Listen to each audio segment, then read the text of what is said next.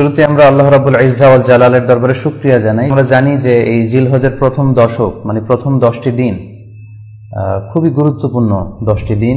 আল্লাহ তাআলার কাছে খুবই পছন্দনীয় এই 10 দিনের আমলগুলো, এমনকি জিহাদের চাইতেও বেশি হাদিসে এসেছে।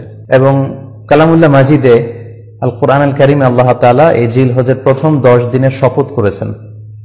এই 10 দিনের ইবাদত আল্লাহ তাআলার কাছে এত বেশি পছন্দনীয় হওয়ার কারণ হচ্ছে এই 10 দিনে আল্লাহ তাআলা উম্মাহাতুল ইবাদাত অর্থাৎ যত মৌলিক ইবাদত আছে সবগুলো মৌলিক ইবাদতের একটা সমন্বয় করেছেন জিলহজ মাসের এই প্রথম 10 দিনে, যেটা বছরের অন্য কোনো সময় কিন্তু পাওয়া যায় না। কারণ এই 10 দিনের ভেতরে সালাত আছে, নফল সিয়াম আছে, সাদাকা আছে, কুরবানি আছে, হজের প্রসঙ্গটা আছে, যেটা বছরের অন্য কখনো এরকম উম্মাহাতুল ইবাদাত অর্থাৎ যত মৌলিক ইবাদত আছে সব মৌলিক ইবাদতের কম্বিনেশন সমন্বয় বছরের কোনো সময় কিন্তু আসলে হয় না, যেটা হয়ে থাকে জিলহজ মাসের প্রথম এই 10 দিনের ভেতর। এজন্য এই 10 দিনের ইবাদত আল্লাহ তাআলার কাছে অত্যন্ত বেশি প্রিয়। এজন্য আল্লাহ রাসূল সাল্লাল্লাহু আলাইহি ওয়াসাল্লাম এই 10 দিনে যাতে আমরা বেশি বেশি নফল ইবাদত করি আমাদেরকে উৎসাহিত করেছেন। পাশাপাশি আমরা যেন বেশি বেশি তাহমিদ, তাহলিল, তাকবীর দিয়ে এই 10টি দিনকে মুখরিত করে রাখি, এজন্য তিনি আমাদেরকে আদেশ করেছেন। এজন্য এই 10টি দিনে আমরা যেন বেশি বেশি সুবহানাল্লাহ ওয়ালহামদুলিল্লাহ লা ইলাহা ইল্লাল্লাহু আল্লাহু আকবার এই আজকারগুলো যেন আমরা বেশি বেশি পড়ি।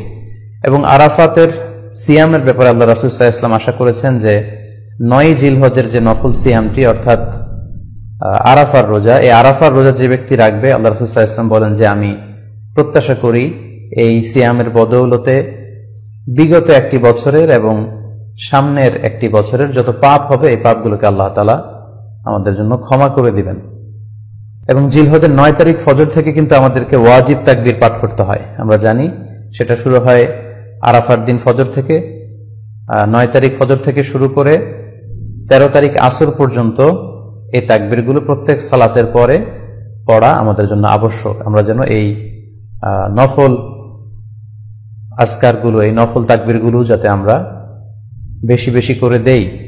এবং যারা কুরবানি করার জন্য ইচ্ছা পোষণ করেছেন তারা যেন এই 10 দিনের আগেই তাদের মাথার চুল এবং নখ কেটে পরিচ্ছন্ন হয়ে যান। এবং জিলহজের এই 10 দিনে তারা যাতে মাথার চুল না কাটে এবং হাতের নখ না কাটে, এই মর্মে আল্লাহ রাসূল সাল্লাল্লাহু আলাইহি ওয়াসাল্লাম আমাদেরকে গাইডলাইন দিয়েছেন।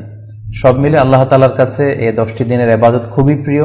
এমনকি হাদিসে এসেছে, যেটা আমরা বললাম, যে জিহাদের চাইতেও বেশি প্রিয়। এজন্য এই সুবর্ণ সুযোগটুকুন যেন আমরা কখনোই মিস না করি। তাই আমাদের সাধ্যমতো আমরা যেন বেশি বেশি নফল ইবাদত করি। আমরা যেন সুযোগ হলে পুরো 10 দিন ব্যাপী আমরা চাইলে নফল সিয়াম রাখতে পারি, আমরা বেশি বেশি কোরআন তেলাওয়াত করতে পারি। বিশেষ করে তাহমিদ, তাহলিল এবং তাকবীর, আলহামদুলিল্লাহ লা ইলাহা ইল্লাল্লাহ আল্লাহু আকবার, এই জিকিরগুলো, এই আজকারগুলো পড়ে পড়ে যেন আমরা এই 10টি দিনকে মুখরিত রাখি। আল্লাহ তাআলা জিলহজ মাসের যে মাহাত্ম্য এবং বারাকা তিনি আমাদের জন্য দিয়েছেন, এগুলো যেন আমরা বেশি বেশি হাসিল করতে পারি। আমিন ইয়া রাব্বাল আলামিন। সম্মানিত সুধী, আমি রিকোয়েস্ট করব আপনারা শেয়ার করে দিবেন, যাতে করে আপনাদের অন্যান্য ফেসবুক বন্ধুরা এই আলোচনাটি থেকে উপকৃত হতে পারে।